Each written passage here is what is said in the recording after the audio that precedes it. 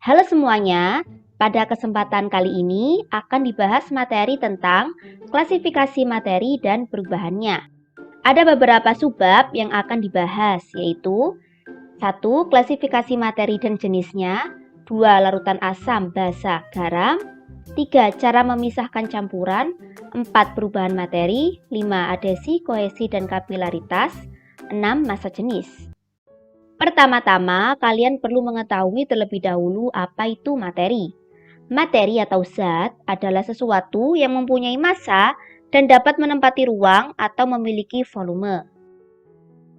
Untuk membedakan suatu materi, ada beberapa cara yang perlu dilakukan, antara lain mengamati karakteristik dari benda tersebut, mencatat berbagai persamaan dan perbedaan sifat masing-masing benda, mengelompokkan berbagai benda tersebut ke dalam satu kelompok sesuai dengan kesamaan sifat, dan yang terakhir memberikan nama kepada benda tersebut sesuai kelompoknya. Materi dibagi menjadi beberapa macam. Berdasarkan wujudnya ada zat padat, zat cair, dan zat gas. Zat padat seperti besi, zat cair seperti air, dan zat gas seperti udara. Perbedaan sifat ketiga zat tersebut yaitu untuk zat padat mempunyai bentuk dan volume tertentu. Zat cair mempunyai volume tertentu tetapi tidak mempunyai bentuk yang tetap, tergantung pada media atau wadah yang digunakan. Sedangkan zat gas tidak mempunyai volume dan bentuk yang tertentu. Zat padat, jarak antar partikel zat padat sangat rapat, sedangkan zat cair jarak antar partikelnya lebih renggang. Tetapi zat gas, jarak antar partikelnya sangat renggang. Zat padat, partikel-partikelnya tidak dapat bergerak bebas, sedangkan zat cair, partikel-partikel zat cair dapat bergerak bebas namun terbatas. Tetapi zat gas, partikel-partikel gas dapat bergerak sangat bebas. Zat padat, cair, dan gas juga bisa berubah wujud loh, seperti es yang dikategorikan sebagai zat padat, dapat mencair menjadi air yang merupakan zat cair. Begitu pula zat cair juga bisa berubah menjadi zat padat atau es. Zat padat yang berubah menjadi zat gas disebut menyublim. Zat gas yang berubah menjadi zat padat disebut mengkristal. Zat gas yang berubah menjadi zat cair disebut mengembun, serta zat cair yang berubah menjadi zat gas dikatakan menguap. Selanjutnya, berdasarkan komposisinya, materi dibagi menjadi dua, yaitu zat tunggal atau murni yang terdiri dari unsur dan senyawa, serta yang kedua adalah zat campuran. Zat tunggal merupakan materi yang hanya tersusun dari satu jenis zat, sedangkan zat campuran tersusun dari dua atau lebih jenis zat. Yang termasuk zat murni tadi ada unsur dan senyawa kan?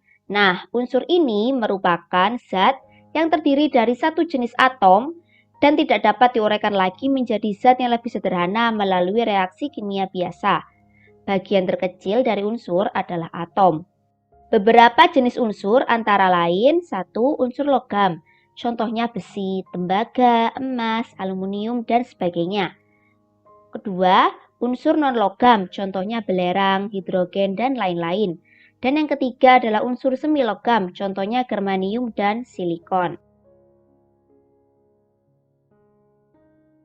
Jika kalian mencari di Google atau mungkin membeli di toko, ada yang namanya tabel periodik.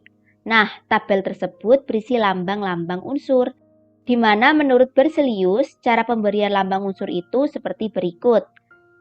1. Setiap unsur dilambangkan dengan satu huruf dari nama latinnya. 2. Huruf awal ditulis dengan huruf kapital. Ketiga, unsur dengan huruf awal sama diberikan satu huruf kecil dari nama unsur tersebut. Contohnya, karbon mempunyai nama latin carbon dilambangkan dengan C, serta kalsium nama latinnya adalah calcium dilambangkan dengan Ca. Tadi kan jenis unsur ada unsur logam dan non-logam. Perbedaan kedua jenis tersebut adalah untuk unsur logam berwujud padat pada suhu kamar kecuali raksa, dapat ditempa dan dapat diregangkan, dan merupakan konduktor listrik dan panas. Sedangkan unsur non-logam ada yang berwujud padat, cair, dan gas, bersifat rapuh dan tidak dapat ditempa, serta non-konduktor kecuali grafit. Contoh unsur logam yaitu natrium atau dilambangkan sebagai Na digunakan untuk membuat lampu natrium dan senyawanya untuk pembuatan garam dapur. Sedangkan contoh unsur non-logam yaitu iodin yang dilambangkan sebagai I digunakan untuk antiseptik dan senyawanya untuk pembuatan garam beriodium dan fotografi. Selanjutnya, senyawa. Senyawa merupakan gabungan antara dua unsur atau lebih dari hasil reaksi kimia. Ada dua jenis senyawa, yaitu senyawa alam, di mana senyawa ini dapat ditemukan di alam sebagai mineral. Contohnya kapur, garam, dan air. Senyawa buatan yang sengaja dibuat oleh manusia, contohnya adalah alkohol, gula, vitamin, dan lain-lain. Beberapa contoh senyawa beserta unsur penyusunnya antara lain air, unsur penyusunnya adalah hidrogen atau H, ditambah oksigen atau O. Garam dapur atau disebut sebagai natrium klorida, unsur penyusunnya adalah natrium atau dilambangkan sebagai Na, dan klorin atau dilambangkan sebagai Cl. 3. Gula tebu atau nama lainnya adalah sukrosa, unsur penyusunnya adalah karbon, hidrogen, dan oksigen. Campuran seperti definisi sebelumnya tersusun dari dua atau lebih unsur dan senyawa yang bukan dari reaksi kimia. Campuran ini dibedakan menjadi dua, yaitu campuran homogen dan campuran heterogen. Campuran homogen adalah suatu campuran yang tidak dapat lagi dibedakan antara zat-zat yang tercampur di dalamnya. Contohnya, larutan gula. Jika kita mencampurkan gula ke dalam air, kemudian diaduk, maka hasilnya seperti air biasa. Padahal jika dirasakan berasa manis dari gula tersebut. Itu yang dinamakan campuran homogen. Sedangkan campuran heterogen adalah suatu jenis campuran di mana zat yang tidak dapat bercampur satu dengan lain secara sempurna sehingga dapat dikenali zat penyusunnya. Contohnya, air dengan kopi. Nah, tadi di campuran homogen ada istilah larutan.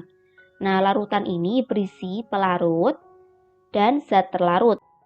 Di mana pada contoh misalnya larutan gula, pelarutnya adalah air, sedangkan zat terlarut adalah gula. Campuran juga dibedakan berdasarkan pengamatan sederhana, meliputi larutan yaitu campuran yang tidak dapat dibedakan zat penyusunnya. Koloid, campuran homogen yang juga bisa termasuk campuran heterogen dengan ukuran partikel cukup besar serta tersebar merata dalam medium zat lain. Sedangkan suspensi adalah campuran heterogen dengan ukuran partikel yang besar dan bisa merata, tetapi saat didiamkan akan mengendap. Nah, dalam kehidupan sehari-hari terdapat larutan asam, basa, dan garam. Larutan asam memiliki ciri-ciri seperti rasanya asam, tetapi tidak boleh dicoba ya, kecuali dalam makanan. Kedua, dapat menimbulkan korosi dan mengubah kertas lakmus biru menjadi merah. Dan larutan basa memiliki ciri-ciri sebagai berikut. 1. Mempunyai rasa agak pahit, ini juga tidak boleh dicoba. 2. Terasa licin di kulit dan mengubah kertas lakmus merah menjadi biru.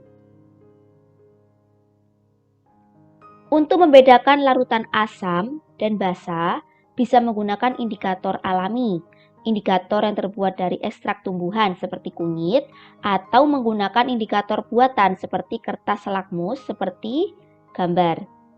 Nah, pada gambar itu ada kertas lakmus merah, ini kertas lakmus merah, dan ada juga kertas lakmus biru. Selanjutnya, larutan garam merupakan gabungan antara asam dan basa hasil dari reaksi netralisasi. Garam yang sering digunakan adalah garam dapur atau disebut sebagai natrium klorida. Cara membedakan larutan asam, basa, dan garam bisa menggunakan derajat keasaman atau pH. Untuk larutan asam memiliki pH kurang dari 7, Larutan basa pH-nya lebih dari 7, sedangkan larutan garam atau netral memiliki pH sama dengan 7.